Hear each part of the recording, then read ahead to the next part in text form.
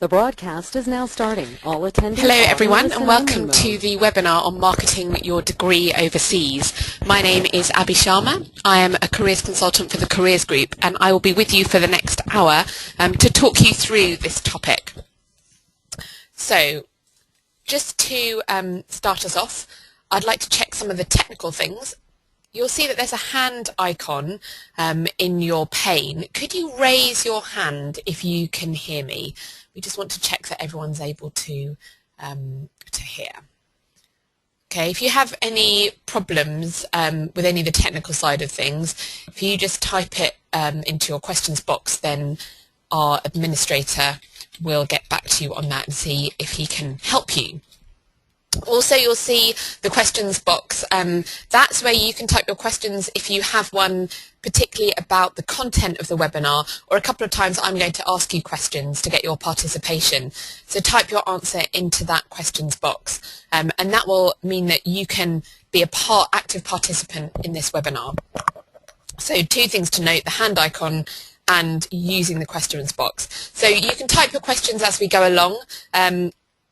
And what I'll do is I might wait to gather up a few of the similar kinds of questions and answer them at a particular moment, and then we'll have time specifically for questions at the end. But please do, if you've got anything to ask about the content I'm delivering on, just type it into your questions box and I'll endeavour to answer it. Okay, so today's session, what are we going to be covering? We'll be looking at the question of where should I work? Should I work at home or should I work overseas? We'll be looking at the information needs that you will have with a global job search, networking for job search success, and then consider some of the barriers to working overseas and how to overcome them. But the first thing I'd like to do is to get your thoughts of where you are thinking about going to work. So we're going to have a quick poll, and you've got three options here. So if you can click into the little button to give us a sense of where are you intending to work. Do you intend to go home? Do you intend to go abroad elsewhere after your degree? Or are you currently undecided about whether you want to go home to work or whether you want to go to another country outside of the UK but not in your home country, so somewhere else in the world? So those are your three options. Click now. So do you intend to go home? Do you intend to go to another overseas country? Or are you undecided? Okay, so most people have voted. Great, lovely. So we've got 50% of people there who are planning to go to an overseas country, small amounts, 8% in your own country, and 42 undecided. So the majority of people are either saying, I want to go overseas, I'm still making up my mind. So hopefully over the next couple of minutes some of the material I'll cover will be particularly helpful for those of you who are currently undecided. So when you're considering, shall I go home or shall I go elsewhere, if you're thinking about going to a new country, here are some of the pros and the cons about moving to another country. So going to a new country is the opportunity to meet new people. This is a huge part of going overseas, because you get a chance to meet people who have a completely different perspective on life, because they have been brought up in a different culture with a different background.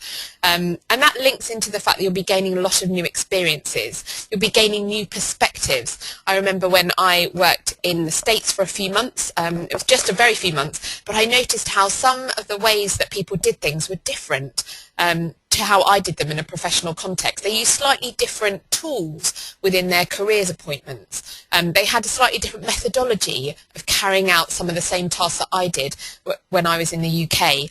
So you certainly gain new perspectives on life, but also in a work setting when you're working in another country.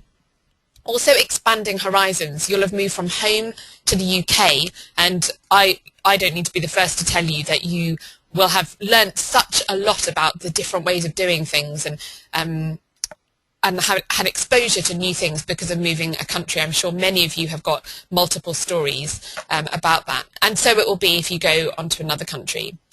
For some people, I know it's simply a way of not returning home. Maybe you don't want to go back to your home country, maybe because of the job market, maybe for personal reasons, and going somewhere else is simply another way of continuing to travel the world because you enjoy that experience of being outside of your home country. And then another advantage is that it could increase your employability in the long term. So lots of companies are looking for people who have got cultural awareness, because many international companies have got branches in different countries and want you to interact with clients across the world. So potentially, as companies become more and more global, having worked in a number of countries will make you more employable. And I know certainly that within academia, having worked abroad is seen as a definite advantage and seen to add to your career portfolio. What about the cons, so the disadvantages of going to a new country? Well, you don't have any networks, so this can limit the possibilities to access jobs. In many countries, much more than the UK, it's all about being referred for a job or finding out about a job via your network. So in a new country, you're having to build that network up from scratch, so it does make it a lot more challenging. Not having the knowledge of recruitment practices, job search websites or cultural norms at interview. So again, you've got a real difference from how you would behave in an interview in the United States to an interview in China. The way that you interact with your employer, your interviewer, would be vastly different between the two countries. So there's a job for you to get up to speed with what are the cultural norms, how do people tend to apply in these countries. You need a visa for work. This is a pretty important one, that in some countries it's harder than in others to actually get that visa to work. So you might have all the networks, you might have all the knowledge, but if you can't get a visa to work in the country, then your dream isn't going to happen. So that can be a challenge in certain countries, not in all. And again, sometimes there is a preference for local people who know the culture and the language and have local qualifications. There's a phrase in the UK, better the devil that you know than the devil that you don't. And the phrase basically means that some people prefer to stick with something that they know rather than try out something new that's unknown and could go wrong. So you'll find that some companies really want to find people who've got global experience and have come from overseas, and they see that as added value. But some companies will want to just stay with what they know, and that will be about local and in-country. So based on these pros and cons, if you are considering going overseas, the questions to ask yourself are, where do you have existing connections? Friends or family? Or friends of friends or friends of family. So start asking around, if you're interested in a particular country, whether any of your own personal connections know someone in that country. And that will get you started in building a network of contacts. Also, you could research whether there's somewhere with a skills shortage to make it easy to establish a visa. So for example, if we think about Canada, they have particular skills shortages in certain occupations, which means that for those particular occupations, you have a significantly higher chance of getting a visa. And in a couple of them, it's almost guaranteed that if you apply and you're qualified and you've got some experience, that you would get the visa for that. So that's worth investigating. Think about the predominant language of use. If you have more than one language, maybe target the countries where that language would be used. It's interesting to think about how important it is for you to be able to speak the language of that country. Again, I know people who've worked in Scandinavia or in Germany, and they haven't been able to speak the language of the country because English was spoken in the office, and most people who were educated professionals spoke English outside of the office as well, and they were in big cities. But if you go to some other countries, then the language of discourse outside of the office would be the local language, and you have to ask yourself, would I be willing to either learn this language or operate outside of my comfort zone? So maybe consider where you've got linguistic advantages and whether you'd be happy to learn the local language. Okay, so that's going overseas. What about going home? So again, let's look at the pros and the cons of returning home. So Let's do it the other way around. Start with the cons, end with the positive. So the cons are that the UK degree isn't always viewed positively.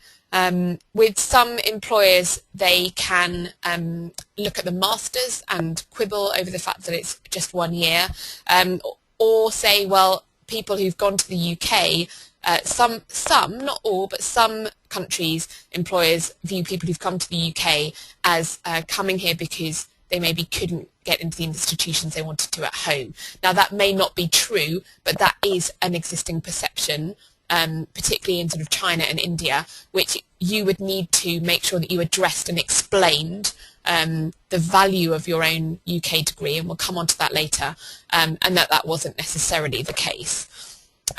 Also, sometimes you miss the recruitment cycle that happens on campus. So employers go onto campus, they recruit a lot of people, and then you can miss that cycle. So it can be a little more challenging to find work because a lot of the positions are taken.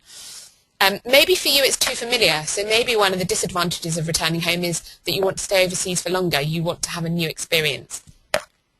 In some countries, again, mainly in the Asian countries, in companies that are not multinationals, there can be limited opportunities to use your independent working, critical thinking and analytical skills, which you've gained in the UK. And this is information that I've gathered as I've been on employer visits in India, as colleagues have been on employer visits in China, in particular those two countries. So we find that in multinational companies, they really welcome the skills that you've gained on a UK degree, and they want your critical thinking, they want your analytical, and there you would therefore have an advantage over a locally educated graduate.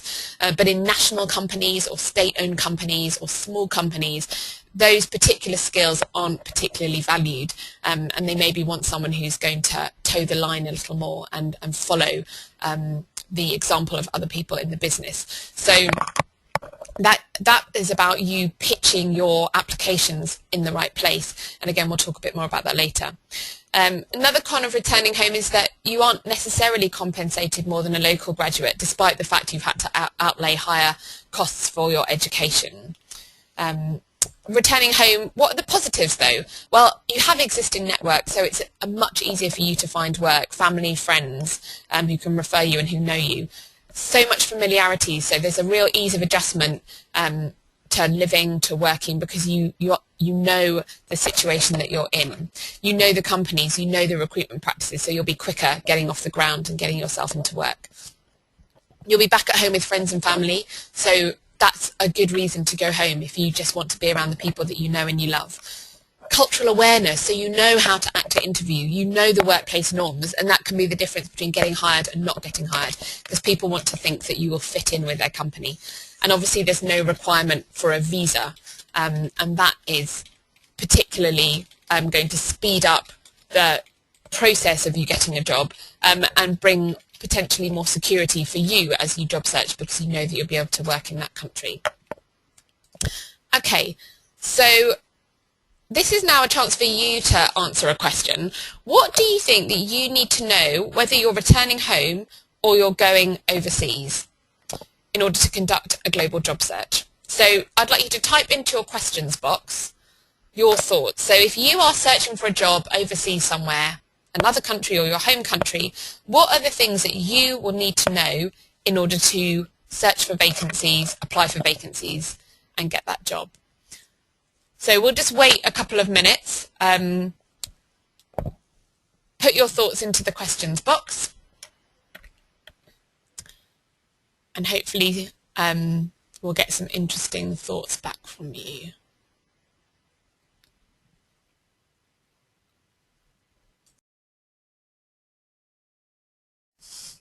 How to find a job opening. Great. So how to actually go about finding out the opportunities. Whether or not the company can sponsor the visa. Yep, so lots of knowledge that you need to gain around finding visa information.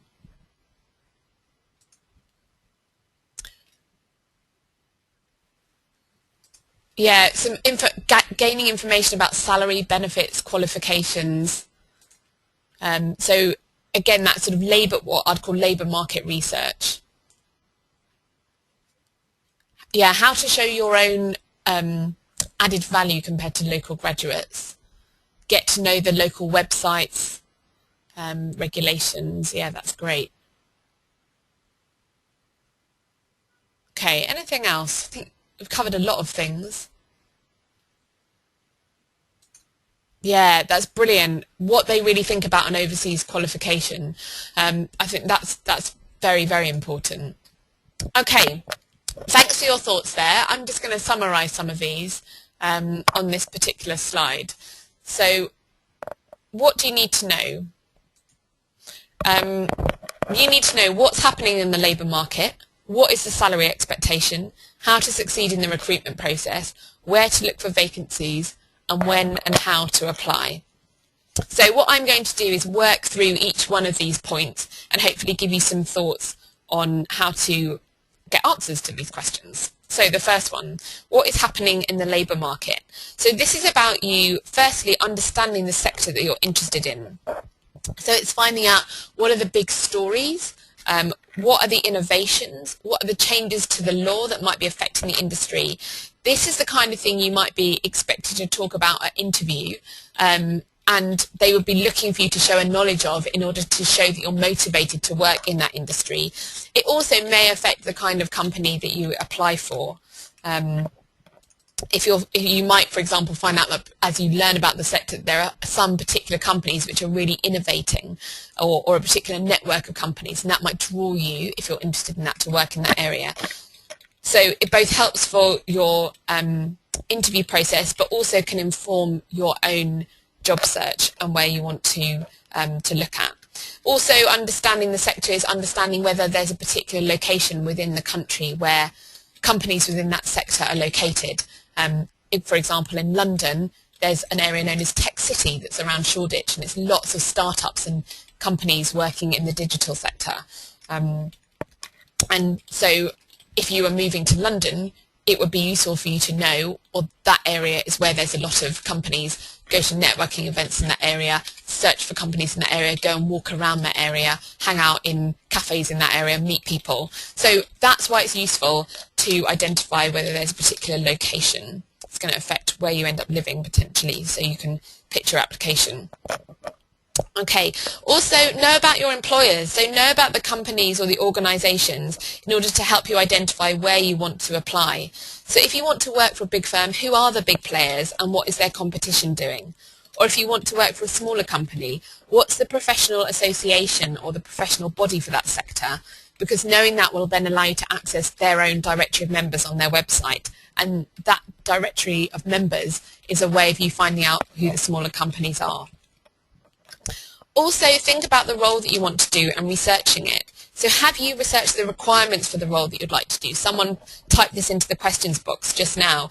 You need to know whether you need a particular qualification for that country that's different to the one from the UK, if you got one here, or from home, if you got one at home. So for example, in the UK to be an accountant, you need the ACA, but in the USA, you need the CPA. Similarly, a 3-year undergraduate degree is enough for careers work in the UK if you want to work as a careers consultant, but in the USA they'd expect a 4-year degree. So these small things can make all the difference to your job search, so it's really important that you learn about what qualification they will be requiring in that other country. Also thinking about growth areas. So are there areas with a high demand for employees? So this is going back to that idea of there being skill shortages that I mentioned earlier. Sectors of work which are looking for more employees, which you could then target your job applications to. So this would potentially lead you to taking a slightly different approach to the usual one when you're aiming for a job which is in your preferred career. So if you think about skill shortages, you might decide to aim your applications towards a skills shortage area in the country you want to go to, just to get into that country. So you might say, I don't mind what job I'm doing as long as I can get into that country. Obviously you need to be qualified enough for them to want to take you or have the right set of skills. But if there's a number of options, you might say, I don't mind which ones they are. Whatever it is where there's greater shortages, I will apply there because it's a higher chance of me getting into that country. The alternative is to say, I particularly want to do this career, which is how traditionally most people do their job search. So you focus on a job of interest, and then you look for opportunities either in a particular country or a number of countries. So it's really a question of what's your priority, getting into a particular country and sort of doing anything you can to get in, or doing a particular job and saying that you're happy to work in a number of different countries as long as you can do that job. But bear in mind, obviously, you need to be sufficiently qualified for them to want to hire you. So some of the places that can help you to get information about these questions are online trade journals. So every professional area of work, every sector, will have a set of journals which are about what's going on in the industry, and give you sort of it's a set of information for professionals to learn more about the current issues, the hiring, and so on and so forth. So that is something that you could find out from your university career service. What are the names of those trade journals? And also professional associations. So one of the things you can do is just pop into Google, type in professional association, and then put the area you're interested in. So professional association for consulting, or professional association for stockbroking, so on and so forth. And you can find that if you then put the country after that, you will normally be able to find out the professional association for that country. Or you could call up the UK Professional Association, and they will probably know what's their equivalent in other countries. So again, your career service will be able to help you identify the professional associations. In order to learn about the particular areas of growth, who's hiring, big companies, look at the Manpower Employment Outlook survey. So that's very comprehensive, and it's for most countries.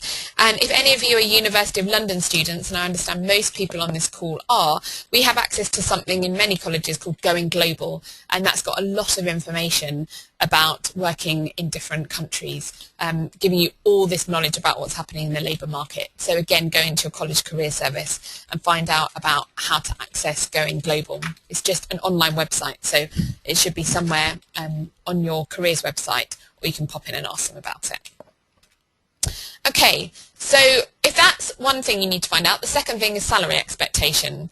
So again, someone mentioned this when I asked you the question earlier, having a good knowledge of what salary to expect. So I think there's two things here that are important to think about: research and be realistic.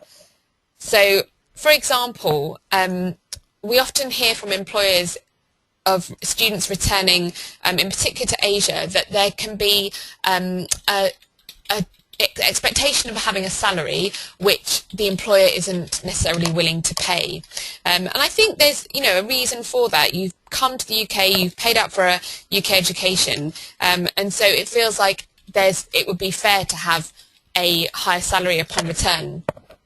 I think there's good reasoning behind it, but what we found out from our survey of employers is, for example, in India, 37% of employers said that they would pay the same to returning graduates as to locally educated graduates. So I think that's really important to be aware of, and I didn't obviously mention this earlier, but just to have a really realistic expectation that your initial starting salary will quite probably, with a lot of employers, be exactly the same as the locally educated graduates. However, what's really good news is that the survey in question showed that the value of the UK education is that often after a few years, the individual who has been educated overseas has progressed faster and is earning higher than their peers who are educated locally. So I think this is about moderating expectation for that initial job and being willing to take a lower salary than maybe you'd have hoped for, but recognising that your UK education will pay off in the longer term as you'll rise faster and get paid higher. So if that's sort of a bit of an overview of some of the situation in Asia, flip to the West in the USA, you're often expected to negotiate for salary. So here you need to do research to recognise what's realistic. There's often a bracket. Find out what's at the top of the bracket of jobs that are you're seeing advertised, what are they offering at the top of the bracket, right down to what's being offered at the bottom of the bracket. And then what companies do is they look at the amount of experience you've got and your qualifications, and based on experience and qualifications, they will expect you to ask towards the top or the bottom of the bracket. So that's really for you to discover what the bracket is and then recognise where to pitch yourself within that bracket depending on your experience and your qualifications. And something that can help you do that is Glassdoor. So there's Glassdoor a USA version, there's a Glassdoor UK version, and they do have stuff for around the world as well. It's slightly patchy for different countries, but it's well worth going on to.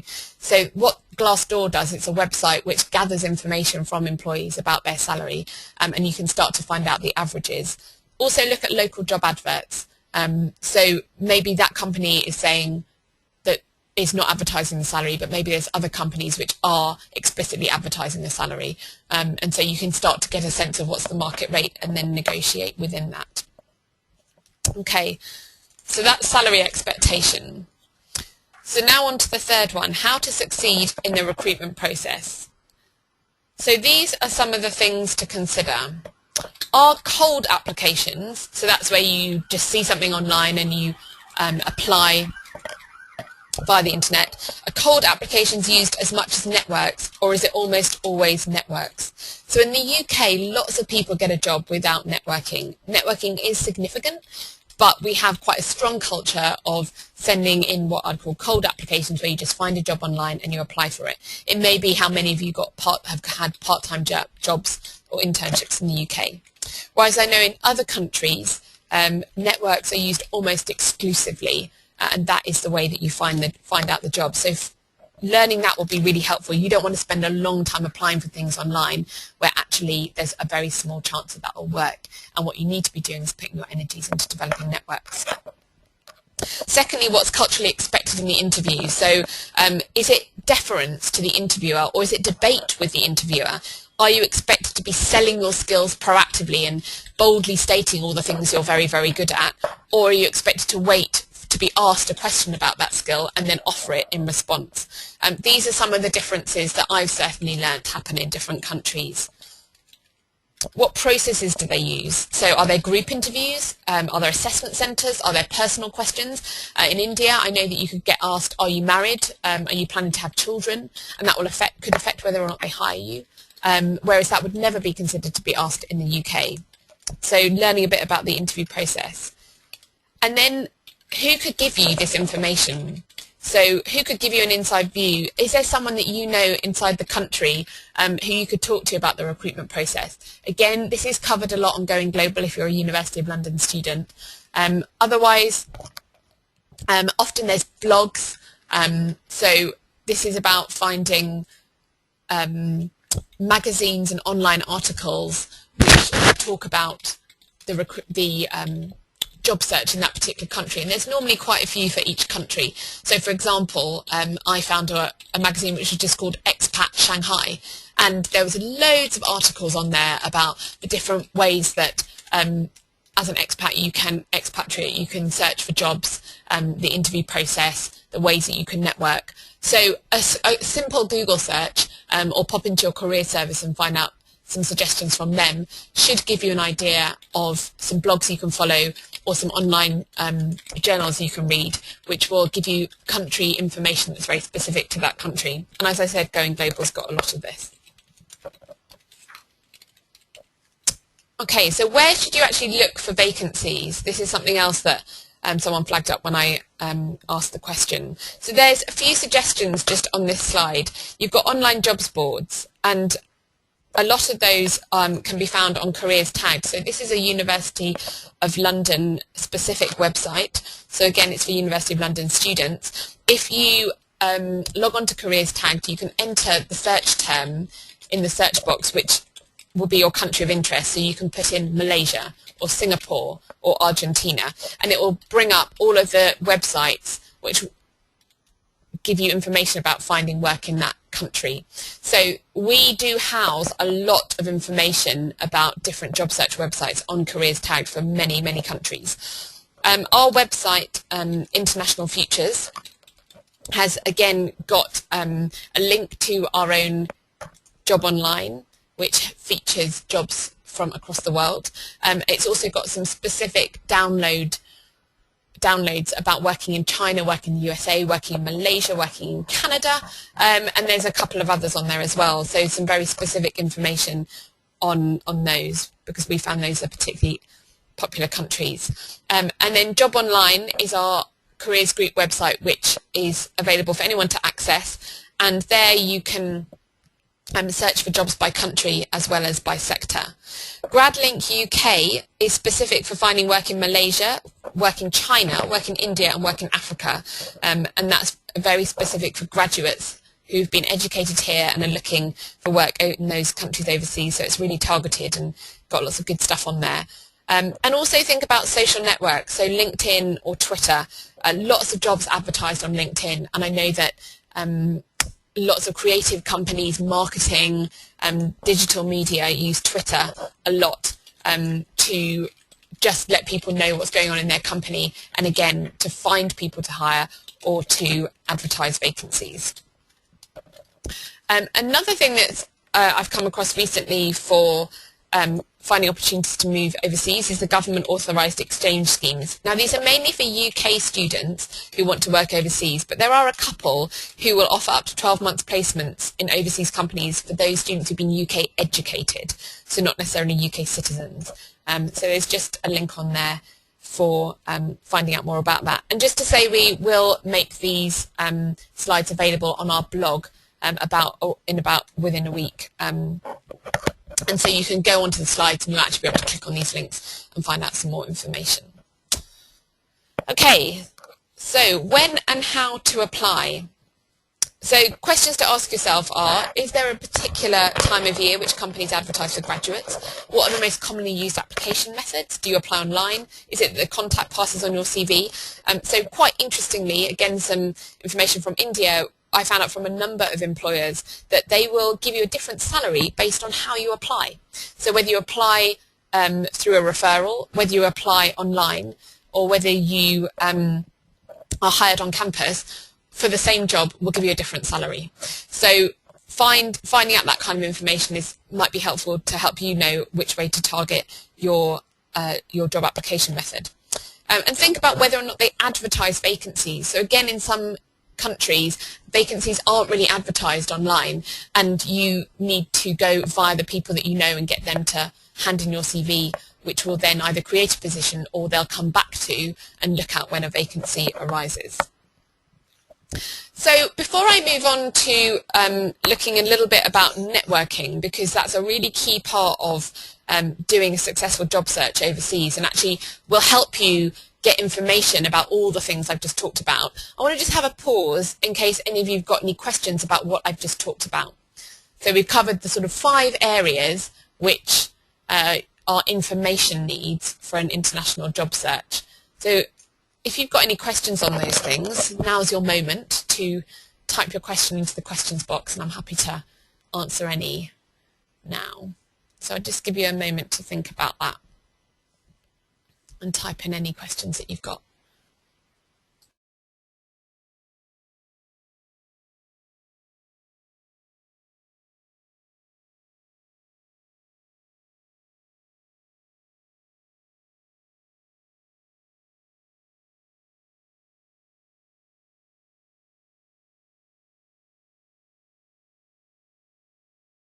Okay, so I've had a question here. What are the chances for international students to find work in the UK? Okay, well, we did have a webinar on this on Tuesday, and we're going to be posting information about that on our blog within the next week. So I do suggest that you go to our blog, so that's the International Futures website. So if you haven't seen that already, just pop the words International Futures into Google and that will come up, and there's a link on this set of slides as well. So go to that website within a week and you can maybe familiarise yourself with some of that information on our webinar. How about the issue that said the UK companies prefer local graduates as they don't have to sponsor a visa?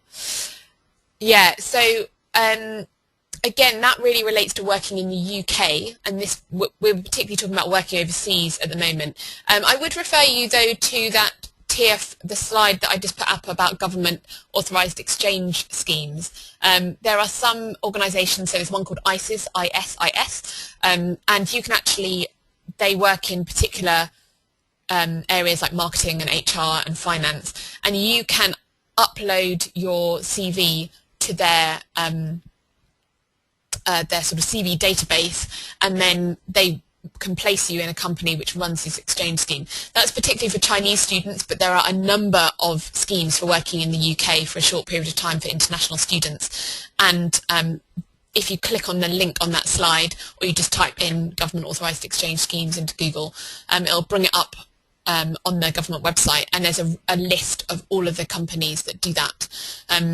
So I'd refer you to that and to the webinar, which will be on our blog. Anything more specific we should consider in job applications for an American company?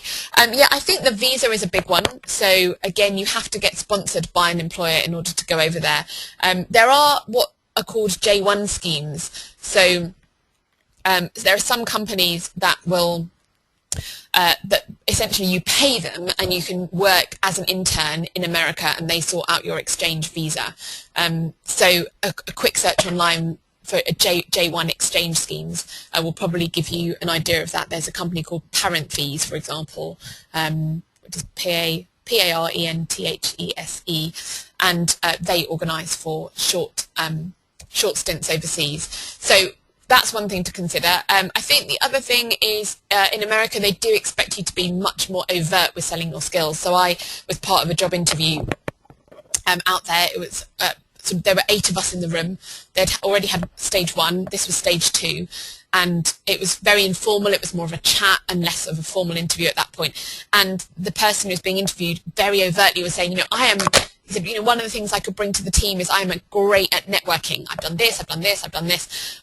In the UK, that just wouldn't work. The person would be seen as really self-promoting too much. So it's a cultural difference. So I think be aware that you do need to more overtly sell your skills. And also it's a 1-page resume rather than a 2-page CV. Okay, what about multinational companies that have international global graduate schemes? What about them? Could you clarify your question? What do you particularly want to know about those companies? I'd say typically you need to apply for the in-country scheme. You can't apply in the UK. So if you want to work in, I don't know, Brazil for a multinational company, then you have to apply through the Brazil office. That's normally how it works. And they are very open to overseas educated graduates. So multinationals very happy to employ international students in their own country, in the UK, if they're offering the visa sponsorship, or in a third country. So they're really good places to target. Will it hurt your chances of successfully obtaining a job overseas if you take a year or 2 to work in your home country first? No, I don't think so. You could argue it would make it easier because you might have a solid set of work experience and skills. The thing I would suggest to you is that you do look at if you're targeting a particular overseas country, what the qualification is that you'll need. Because what you don't want to do is go home, spend a lot of time and energy qualifying in your home country, and then find that you can't transfer that particular qualification to another country. So arguably you'll be more employable because you'll have more practical experience in the workplace, but work out and find out if you need to be taking exams whilst you're back at home that will qualify you for the country that you want to move to. Often you can take them remotely. You mentioned that research shows progression in companies can be quick if you have an overseas degree. Can you give more details? Yeah, this was actually very specific to India. So obviously it's going to be different in different countries, and there are so many countries in the world, but this happens to be the one where I've got a particular piece of research. So that was a piece of research that was done last year by a company called Sanam S4, and they surveyed the companies and basically asked them about salaries. And I think that the point was that there was some skepticism about whether being an overseas educated graduate would make you more employable, more value to the company than local graduates. And so they employ you on the same wage. But what happened was once someone was in the company, their overseas education with all the independent thinking and creative thinking and critical analysis kicked in. So they actually became a better employee and were more proficient and more, quicker to pick things up and run with things and innovative, so on and so forth. And that then meant that they were able to progress faster because of the way of thinking that they'd acquired from the UK degree. So therefore, they then got a higher salary later on. So I think that's what was going on, and why the salary was higher after a number of years as opposed to just the same upon entry. Okay, I'm going to move on so that we can look at networking because it's such a key piece. Thanks for your questions very much. Okay, so networking for career success. I think really important to say this isn't just about someone giving you a job. So networking is about allowing you to gather all the information that you need for a good job search. So those 5 information needs we looked at, salary, labour market information, recruitment process. You can find that out from online information, but even better, you find it out from a person who's working in that country and ideally working in that sector, and ideally more than one person. So networking allows you to gather job search information. It allows you to find out about unadvertised jobs because not every job will be advertised, and often it's when you're talking to people that you'll hear about opportunities. And if you build a relationship with someone over time, it may be that they're willing to put your CV forward so that at least you get to the interview stage because they refer you. In some companies it's in their interest because an employee will get a bonus if the person they referred gets hired. So if you build a good relationship to the point where someone is willing to really advocate for you, then you could get a referral. But bear in mind that building a relationship takes time, so you can't expect to meet someone 3 times and expect them to refer you necessarily. So interestingly, Right Management USA found that 41% of people get their jobs through networking. So that's not just graduates, that's just across the board. I work on a daily basis at Queen Mary, and there 22% of leavers said they found their jobs through networks, and that's in the UK. So it shows a couple of things. It shows that networks are used more in the USA than in the UK, so again, be aware of how much networks are being used in your country of interest. And even here, where we do more cold applications, still 1/5 of people are getting their jobs through networks, so it just shows how important it is. And I think the barrier that I hear from most students is not having a network in the area that they want to work. So I just want to consider the different ways that you can build a network. So one of the ways is through British Council in-country events. So the British Council are particularly good at putting on events for returning graduates. If you like this Facebook page, it's the page which all the different countries post onto. But also if you were to do a Google search, British Council alumni, and then put your home country in, or the country you intend to go to in, that will bring up a particular Facebook page for that country. So what they do is they organise career fairs, they organise drinks. They're particularly focused on students returning home after working in the UK. So that's who the target audience is. But it's a great place to meet your peers, to meet future employees who are interested in overseas educated graduates, or to meet British Council, to meet alumni who are coming back to British Council events but have been in country for a few years. Also think about recruitment and careers events. So if you look on our International Futures website, so I've just got the link here, international.grads into careers. We have an events calendar, and there are a number of events which I'll flag up at the end of this webinar which are happening, which will give you an opportunity to network with employers. Also look at university alumni groups. So these might be online on something like LinkedIn, but also most universities will have an in-country alumni group where you can go to events with alumni. And those are people who are really on your side. They have been to the UK, they've returned home, or maybe they have returned to another country, and they're often really desiring to help, want to give something back to their university. So university alumni are a great place to start building friendships and getting to know people and finding out that information. And then thinking about expat groups, which might be on LinkedIn or expat meetups. There's also a website called meetup.com, which is just about social things. But often we think about networking and we think about it as being cold and clinical and for business only. But a lot of the time, networks are just come through friends. If you think about the networks you've got, it's your friends and family, and then maybe some professional contacts as well. So just meeting more people, making more friends, will also enable you to widen your network, because those are also people who can give you information, answers to the questions, which will help you do a job search in that country. And then building your network online. So I think building online is particularly useful if you are seeking to build a network whilst you're still studying here, but you're wanting to build it for another country, because you can't go in person to these events. But what you can do is start to connect with people online. So I'm going to look a little bit at different social networks. So type into your questions box, what are the social networks that you know? Think about across the world. So some that are used a lot in the UK, there are some that are used maybe specifically in your home country. LinkedIn, yep. Twitter, yep. Weibo, Renren, yep, they're big in China. Facebook, yep. Any others? So while you're thinking, just to give you a bit of an outline, LinkedIn is really used for professional networking. Twitter's used both professionally and personally. Facebook, pretty much just personal, although more and more companies use it as a marketing tool, but not on an individual basis to network. Weibo and Renren both used professionally as well as personally, so Twitter. Any others?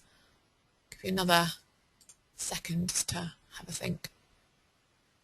Okay, well, let's expand your horizons. Here are, yep, someone's just put Zing, brilliant, thank you. Here are just some of the social networks that there are. Twitter, Orkut, Ning, Plaxo, High Five, Meetup, MySpace. So this is just a few, there are absolutely hundreds of different social networks that you can use, but these are some of the big ones. So any guesses for the 4 biggest social networking sites globally? Anyone want to guess?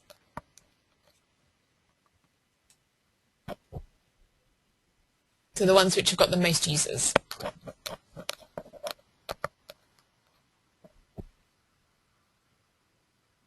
Yeah, so this is the name of the social networks which have got the most users.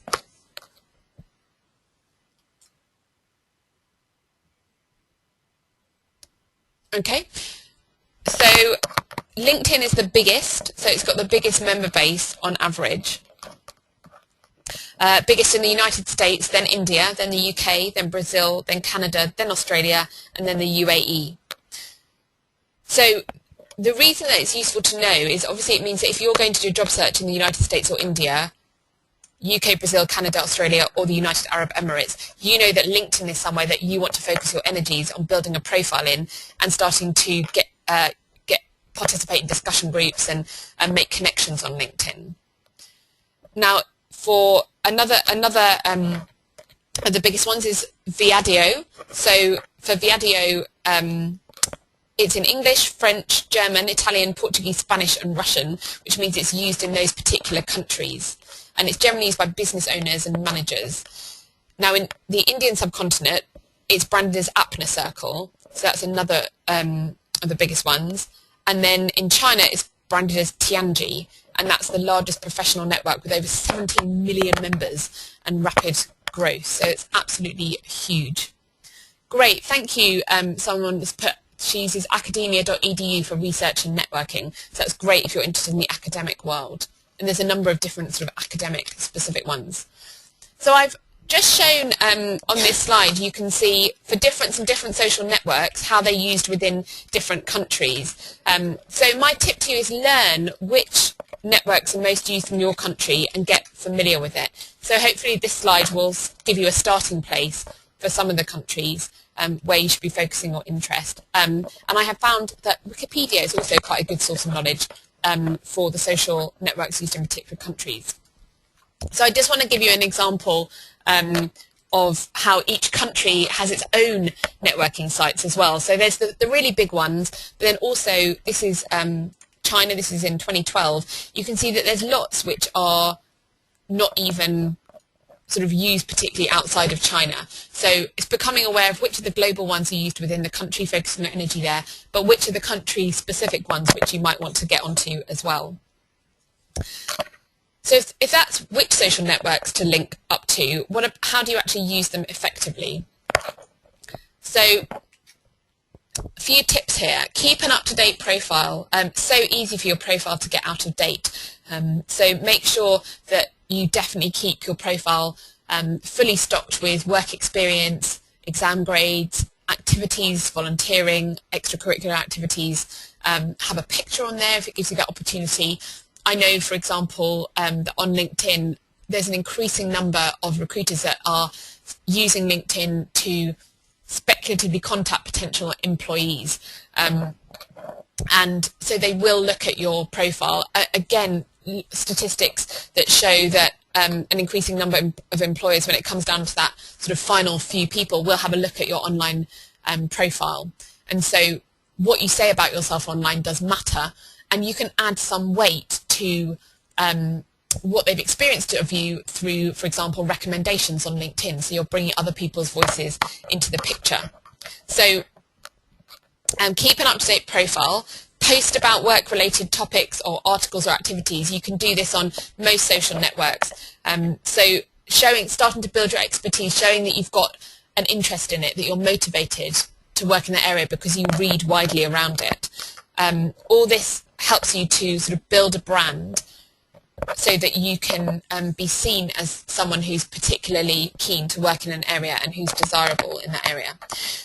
Participate in discussion groups where they exist. So on LinkedIn, they have discussion groups, so you can find out what's going on in the industry, who's hiring, who's expanding, what are the current issues. So going back to some of those information needs questions, the labour market issues, the kind of things that you could talk about at an interview. Connect to people that you meet. So if you meet people at a networking event or at a social event, connect to them on that social networking platform, because it gives you a way of maintaining contact with them and getting in contact with them in the future. And also research and contact people in the areas of work interest. So even if you didn't know that person previously, again, more and more social networking platforms are being used to do what we call cold contact. So it's contacting someone you didn't know before, but ideally you've got something in common with. So maybe you went to the same school as them, same university, you have a mutual friend in common, you maybe have volunteered for the same charity, done work experience in the same place. So you have something in common that gives them an incentive to reply to you and help you.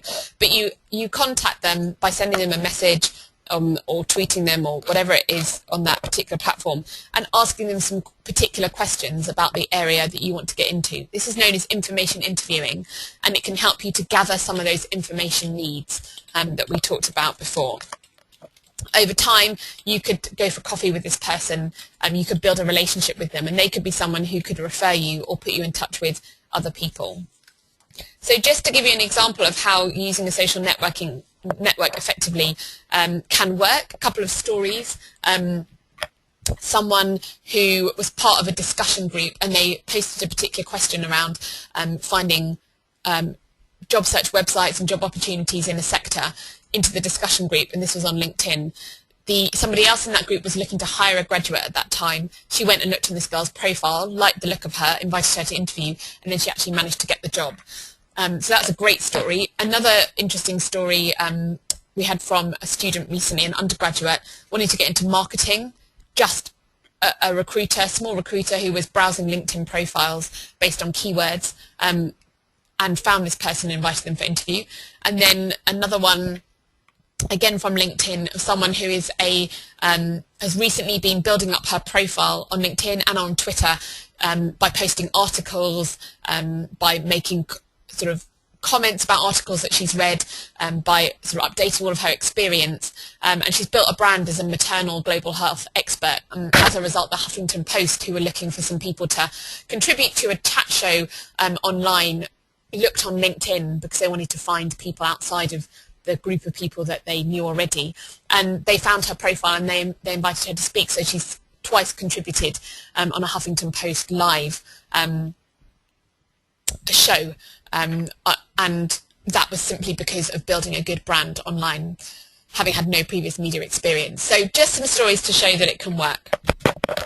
So a couple of resources to help you. There's a really good article on the top 5 sites on that goo.gl link. The book How to Find a Job on LinkedIn, Twitter, Facebook and Google Plus is a really good resource, and that will just take you through in more detail what I've been talking about. And then obviously the International Futures website, which has got so much useful information on it. We've got a Returning to Your Home Country vodcast, which will cover a little bit more of what I've been talking about there. Okay, so just in the last few minutes, I want to talk about how you market your degree, market your university if you're going home or you're going to an overseas country. So one of the things to think about is on your CV outlining your modules and your projects. Now the reason for this is that sometimes, as I mentioned earlier, if you've done a 1-year master's in the UK, it's shorter than the 2-year master's that's done in a lot of the rest of the world. And so employers can think, well, they haven't learnt as much. What we've discovered is that often it's the 1 year's master's is just more condensed, and you actually cover pretty much the same amount of material in a shorter amount of time.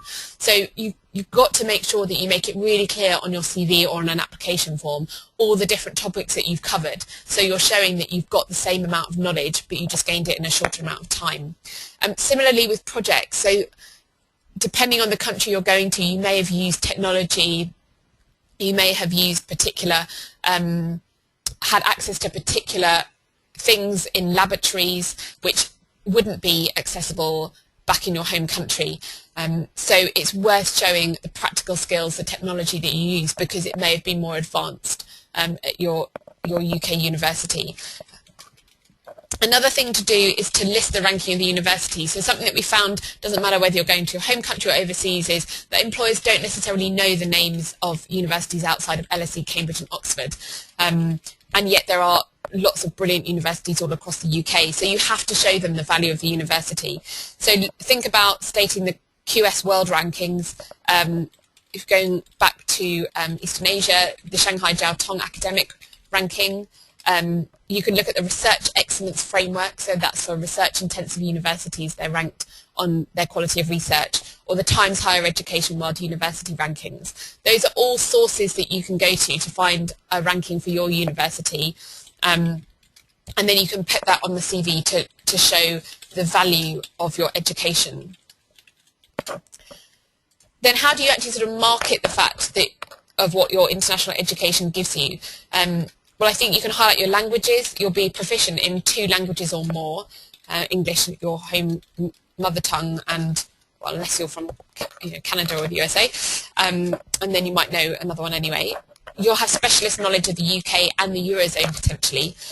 Highlight your mobility and your adaptability. So you've adapted to UK culture, you've moved, you've been able to settle in a new country. That can be a real bonus, particularly if you're working for a multinational company who will want to send you on trips either within country or to other countries. Multicultural awareness, really good if you are going to work for a company who's got clients outside of the country or has a very diverse base of employees, and that's something you'll have gained from the UK. And a global outlook, so through moving here and doing work experience or volunteering or student union involvement, you've just gained a way of looking at the world from a more global perspective rather than just from your one country of home, which is particularly valued by multinational companies. So those are a few things that you can do to really push the value of a UK degree when you're going overseas. And I think particularly showing the topics that you've learned, the projects you've been involved in, anything practical you've done during your degree to take the theory and put it into practice can really highlight how studying in the UK has given you a knowledge and set of skills which may be different to people in country. So we've only got a couple of minutes left, and so I want to just give you a chance for any final questions before we finish. So now is your chance to type into the question box if you've got any questions. And while you're doing that, I'm just going to run through a couple of events which are coming up, and then I'll answer your questions afterwards. So on our International Futures calendar, so it's just on our events page, we've listed a few things which are coming up which might be of interest. For those of you interested in working in Hong Kong, there's a Hong Kong recruitment event in August. The deadline is actually the 21st of June, and that's for working in a city firm. Access Bank Nigeria are running a recruitment fair in Nigeria on the 22nd and 23rd of June for people who want to work there. There's a virtual Global Careers Fair on the 25th and 26th of June, which you can log into from wherever you are. And there's a Japanese recruitment event for anyone who's interested in using a business degree or comes from a sort of economics and business background on the 28th and 29th of June in Japan. So there's lots more, but those are a few things coming up in the next few weeks. Okay, so any questions? Will there be access to the slides of the UK related webinars as well? Yes, there will be. So it'll all be on our blog. So that's it. You've got our International Futures website there on the slide, international.grads into careers. So just go onto that, keep checking the blog. That'll appear over the next week. Anything else? Can you say anything about international trade links as a way of identifying suitable openings in a home country or a third country? Yeah, I mean, I guess what you're flagging up here is that there are some countries where there's going to be a lot of trade between those two countries in a specific area, and that might then create a value for you to go out and work overseas in that country because you've got sort of knowledge of the UK. I'd look at the UKTI, so that's the UK Trade and Investment, and they've got a lot of information and conferences and events about international trade. So I'd start there with the UKTI. The Japanese event is in Japan, so information you'll find it on our events calendar. Will be full information there.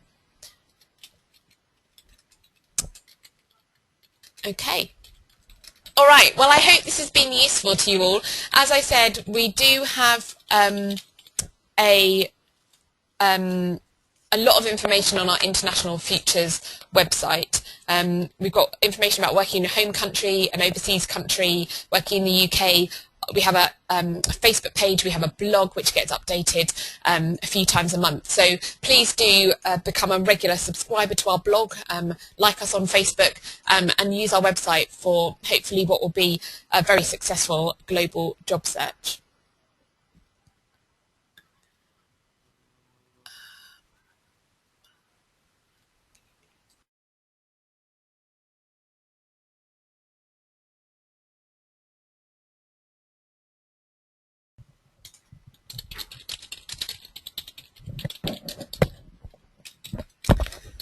So thank you for listening to us, and we're going to sign over and out now. Thank you very much.